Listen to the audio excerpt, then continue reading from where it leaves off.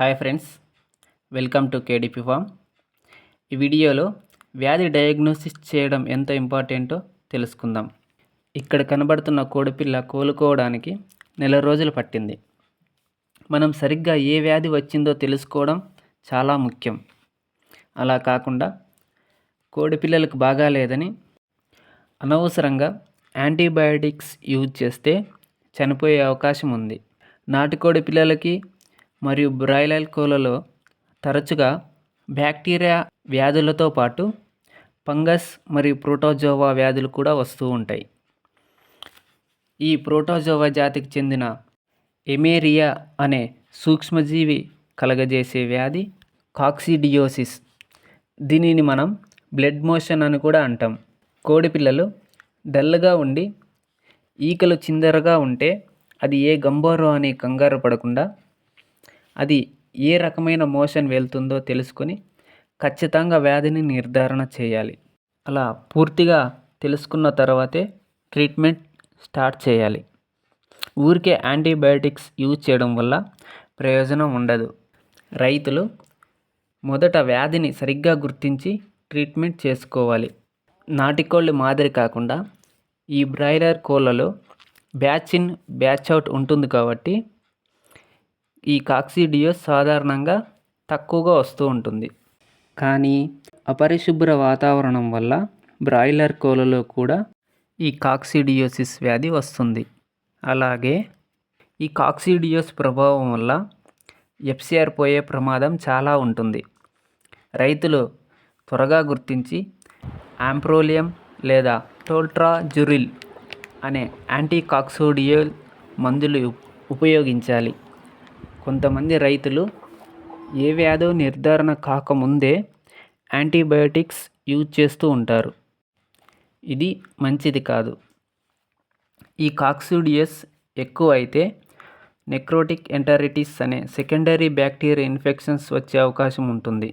దీని గురించి ఇంకొక వీడియోలో మాట్లాడుకుందాం. ఇప్పుడు కాక్సి గురించి మాట్లాడుకుందాం.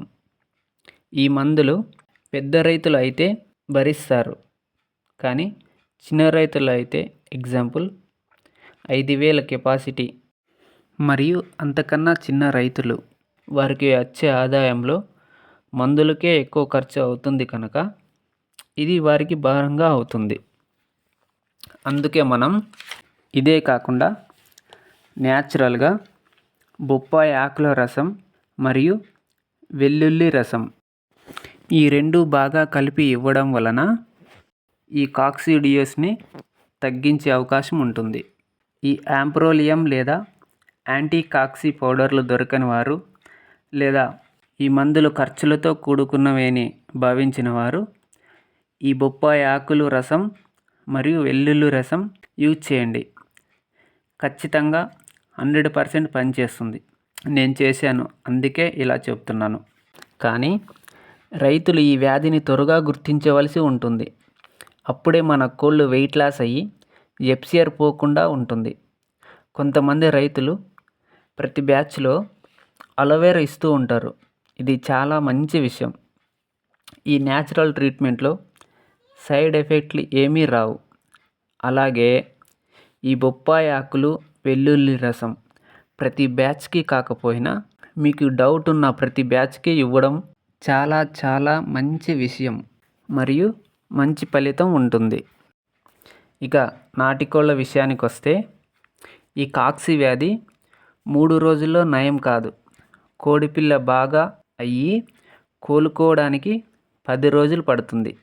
రైతులకు ఒక చిన్న విషయం, మీ ఫారంలో కోడి చనిపోతే ప్రతి కోడిని పిఎం చేసి చూడండి, అంటే పోస్ట్ మార్టం. ఈ పోస్ట్ మార్టం చేసి చూడడం వల్ల కోళ్ళకు వచ్చే వ్యాధులపై రైతులకు అవగాహన వస్తుంది. ఇలా ప్రతి కోడిని పోస్ట్ మార్టం చేసి చూడడం వల్ల రైతులకు కోడిలో ఉండే వ్యాధులపై అవగాహన వస్తుంది. ఎగ్జాంపుల్, కోడిలో ఉండే పేగులు ఉబ్బిపోయాయా మరియు లివర్ కలర్ చేంజ్ అయిందా, గిజార్డ్లో రెడ్ డాట్స్ ఉన్నాయా, ఈకోలినా, సియాడినా, వివిఎన్డినా మరియు ఆర్డి లాంటి పెద్ద వ్యాధులపై అవగాహన చేసుకోవచ్చు. పిఎం చేయడం వల్ల ఇలా ఏదో ఒకటి తెలుస్తుంది. ఫార్మర్ కంపల్సరిగా పిఎం చేయడం నేర్చుకోవాలి. నేర్చుకుంటే వ్యాధిని సరిగ్గా నిర్ధారణ చేసుకుని వ్యాధులను నయం చేసుకునే అవకాశం ఉంటుంది. మరియు అనవసర మందుల ఖర్చులు కూడా తగ్గించుకోవచ్చు. రైతులు మొటాలిటీ పారవేసే ముందు పోస్ట్ మార్టం చేసి పారేస్తే సరిపోతుంది. అంతే, సింపుల్. ఇది నా అనుభవపూర్వకమైన వీడియో. మీకు నచ్చింది అనుకుంటా. Thank you. జై హింద్.